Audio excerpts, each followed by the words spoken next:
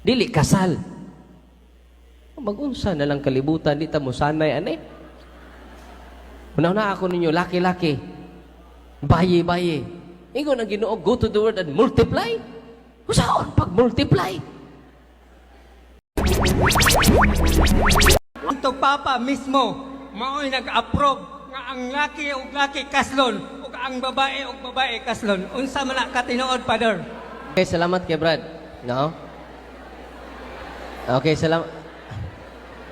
Hindot ni nga pangutana da. Nang mata lagi mo. Salamat kay Brad.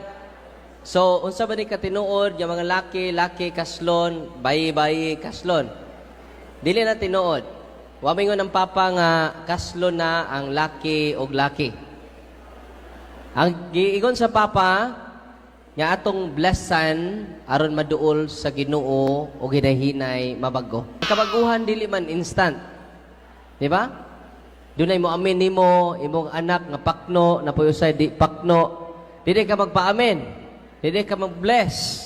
Blessing ang term nga gigamit niya, Brad. Panalanginan aron malamdagan sa Ginoo.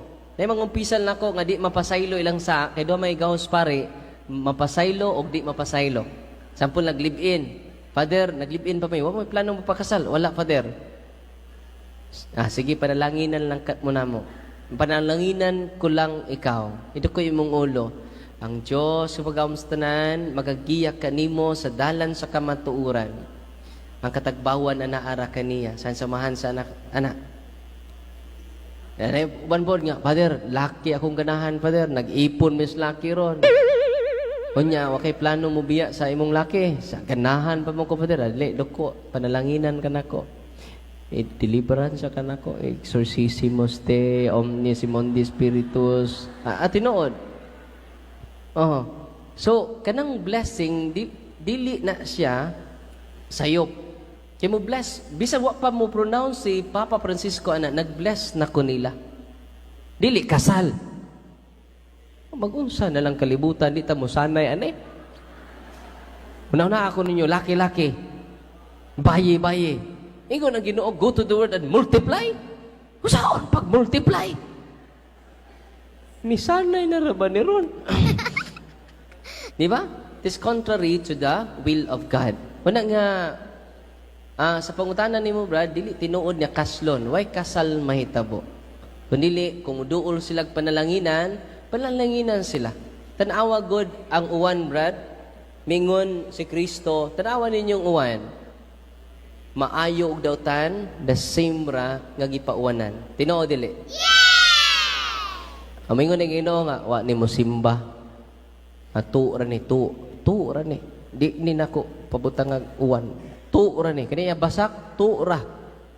Para mauga na kay di mo simba. Ang nisimba og dili naka-enjoy sama nga panalangin sa ulan. Tinoo dili.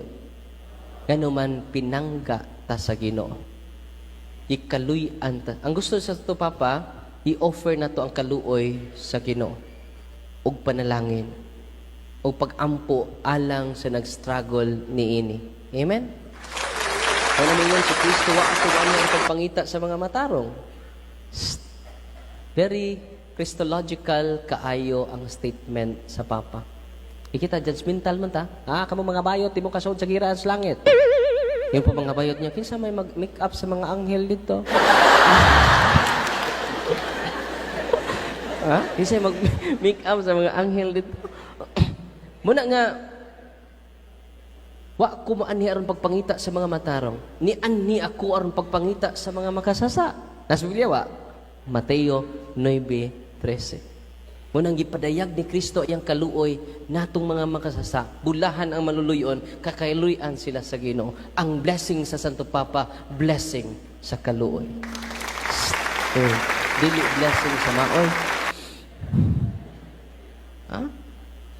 Una nga ang Santo Papa, ningon gani si Kristo sa mga Pariseo, kamo mga Pariseo, mag-una pa ninyo ang mga burikat. Naas Biblia. Tira ko. Mauna pang mga burikat na mo. Mga Pariseo, Mag-una pa ninyo ang mga kubrador sa buwis. Nga naman, self-righteous ra kaayo ang naa sa templo sa Ginoo. Unang nindot ka ining gisulti sa Santo Pampa karon nga, bless them with mercy. Look at them with the eyes of mercy, not the eyes of condemnation. Diba? Bulahan ang maluluyon kay, don't forget, we are saved by the mercy of God. We are not saved by the justice of God. Kung sa may devotion ninyo ron, divine justice, divine mercy. Nay, nag-devotion ninyo, divine justice dire? Di mo kapasar.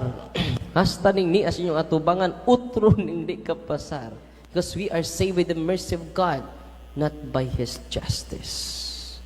Kay labaw ay ang kaluoy, pero hustisya ang Ginoo. Grabe no? Dili masukod ang loud sa kaluoy sa Ginoo nimo. Tanawa ko itong kriminal, Lord, hinumdumi ko, kung maghari na ka, niya stricto pa Ginoo, haya man ka. Karon pa ka mo balik. Okay, utok. Pero ang ginawa mga saba, why si kantot, karong adlaw, uban ka kanako sa paraiso. Kasi mo kadto sa ako sang hunahunahon.